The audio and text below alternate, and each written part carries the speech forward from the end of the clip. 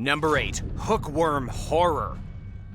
In January of 2018, Canadian lovebirds Katie Steffens and Eddie Zittner took home a very unpleasant souvenir from their vacation in the Dominican Republic: hookworms. When Steffens and Zittner did what every other young in-love couple loves to do, take a romantic stroll on the beach, they got more than they bargained for. Unfortunately, the sand was jam-packed with cutaneous larva migrants, also known as footworms or hookworms. Although the itching started immediately, Steffens and Zittner initially wrote off their rashy feet as sand fleas or another tropical nuisance. Unfortunately, after they returned to Canada, they realized they were dead wrong. The itching evolved into horrible blistering, and no doctor was able to diagnose the ailment. It got so bad that the pair was unable to put on shoes or socks comfortably, and had to use crutches to ease the pain on their destroyed feet. Fortunately, they ran into a doctor who had seen this condition before, and they correctly diagnosed the two with hookworms, a gross but treatable infection that can be cured with some ivermectin. Next time you fancy a moonlight stroll down sprawling tropical beaches, remember that you might just be picking up a third wheel along the way. Number 7. Unexpected Inferno. Chris and Kate Anderson were undoubtedly looking for a little bit of warmth and sea when they took their Jeep to a Wollongong Australian beach in 2021. But they wound up getting a whole different type than they were expecting. A Sunday fun day out at the beach turned horrifying when their trusty ride burst into a fiery inferno without any prior warning. Although the pair miraculously survived, it was a harrowing ordeal that neither of them is likely to forget anytime soon. The two were saved by the most innocuous of things: a roadside mango stand where they stopped for a fresh treat. As they slowed the car to inspect the fruits, the stand workers noticed something going on below the car and called for them to get out immediately. It couldn't have happened quickly enough.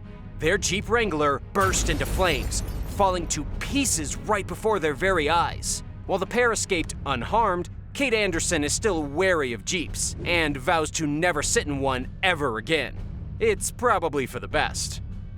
Number 6. Killer photo. In 2010, an Australian woman learned that sometimes getting the perfect shot isn't worth it. The hard way. Cape Douglas is a rocky stretch of coastline that's famous for its epic views and dizzying heights. The Oyin, Western Victoria native was visiting the Cape for a fishing competition when she and her husband decided to stop and capture the gorgeous panoramic landscape and the sea.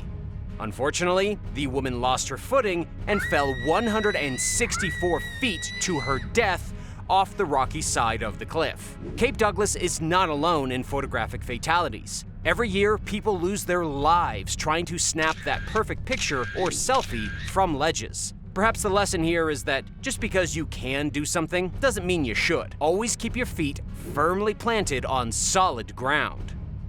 Number 5. Snorkeling Nightmare. In April 2010, Morris Township, New Jersey resident Lauren Failla got more than she bargained for while snorkeling in Neil Cove in India's Bay of Bengal. Neil Cove is home to Barefoot Resort, and also a savage lurker who ambushed the snorkeler and left her companion reeling. Failla came snorkel mask to snout with one of nature's apex predators, a saltwater crocodile. Saltwater crocs are the biggest reptiles on the planet, weighing 2,205 pounds, or about 3/4 the weight of your average car. They are notoriously aggressive creatures and will actively and enthusiastically attack humans on both land and in the water. Speaking of the water, saltwater crocodiles can live in both fresh and saltwater, making them a known menace for surfers. Some surfers would even prefer to be in the water with a great white rather than tangle with one of these vicious reptiles. Unfortunately for Failla, her companion, Jito Chadha, was unable to save her, and the crocodile drug her deep under the waves. It took a full 2 days to recover her body. Number 4. Jet blast catastrophe. In 2017, a jet blast knocked a New Zealand woman off her feet and ended her life. St. Martin's Maho Beach is a fabulous place for tourists and locals alike. And in addition to gorgeous sands and crystal clear Caribbean waters, it has one other draw: its proximity to Princess Juliana International Airport. Planes fly low over Maho Beach on a regular basis, exciting the gathering throngs with their loud engines in close proximity. But it's wise to keep your eyes on the skies and the signs if you're going to frolic near where aircraft fly low. The area where the airport meets the beach is a particularly popular place to try to plane spot. And this is where the unfortunate New Zealand tourist was waiting when she lost her life, ironically clinging to a part of the fence that bore a warning sign about jet blast injuries. Tragically, the sign proved to be more relevant than ever on that horrible day, and she was picked up into the air and thrown back to the ground, sustaining injuries that would eventually end her life. Number 3. Fatal emergency landing. For Omi Irizarry and his daughter Oceana, a routine trip to the beach turned into a full-fledged nightmare when a 1972 Piper Cherokee had to make an emergency landing on Casperson Beach near Venice, Florida. Irizarry, originally from Georgia, was struck and killed by the floundering plane. His daughter, Oceana, initially survived the impact, but was critically injured and succumbed to her injuries 2 days later. The pilot of the rogue plane, Carl Kokomor, said that he couldn't return to the airport and was forced to land on the beach, claiming that he didn't see the pair and that he thought the beach was deserted. Neither Kokomor nor his passenger were injured during their emergency landing. What's so tragic and heartbreaking about this story is that Irizarry was a family man who served in the United States Army as a sergeant first class. He was a veteran and was celebrating his 9th wedding anniversary with his wife when misfortune and terror fell from the sky over a tranquil beach in Florida. Number 2. Deadly drinks.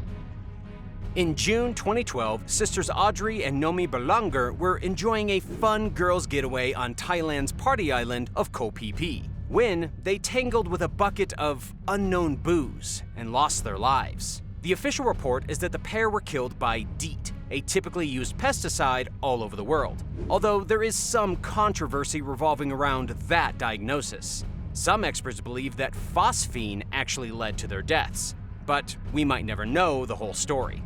What we do know is that the sisters were found dead in their beds, having vomited up the contents of their stomachs at some unknown point in the evening. Unfortunately, their sad story is far from the only scandal that's cursed Thailand in recent years. As many as 20 people have met their maker after consuming questionable substances in the country. Ultimately, the deadly brew probably came from the Thai island's famous and mysterious bucket drinks called 4x100, a blend of kratom leaves, cough syrup, Coca-Cola, and who knows what else. It's supposed to cause you to hallucinate, but not kill you. Unfortunately, the girls took a gamble in the land of smiles and wound up paying with their lives. Number 1. Kidnapped in Kenya. In a nightmare ripped right out of the pages of your worst dreams, Judith and David Tebet found themselves right in the middle of a Kenyan kidnapping in 2011. The couple was staying at a family resort on Kiwayu Island. They had the whole place to themselves, a fact that Judith, who survived, had plenty of time to reflect upon later. Kiwayu was less than 40 miles from the Somali border, an unlucky fact that would leave one of them dead and the other traumatized for life. The Tebets were attacked as they slept in their large tent, which had all the creature comforts of home except for a lock or good security system. When Judith awoke, she saw 2 men with guns who promptly shot her husband and took her hostage. What followed was 6 grueling months in uncharted terrain in Somalia. Tebet was eventually released after a private security corporation intervened to help. The pair were British citizens, and the UK government does not pay ransoms officially. So she was allowed to languish until details could be fully sorted out. Eventually, the Kenyan government determined that one of the hotel staff had a hand in coordinating the murder and kidnapping, and in an uncharacteristic move, he was sentenced to death. Thanks for watching. Would you rather walk on a hookworm-infested beach or drink one of Thailand's mysterious and questionable bucket cocktails? Let us know in the comments section below.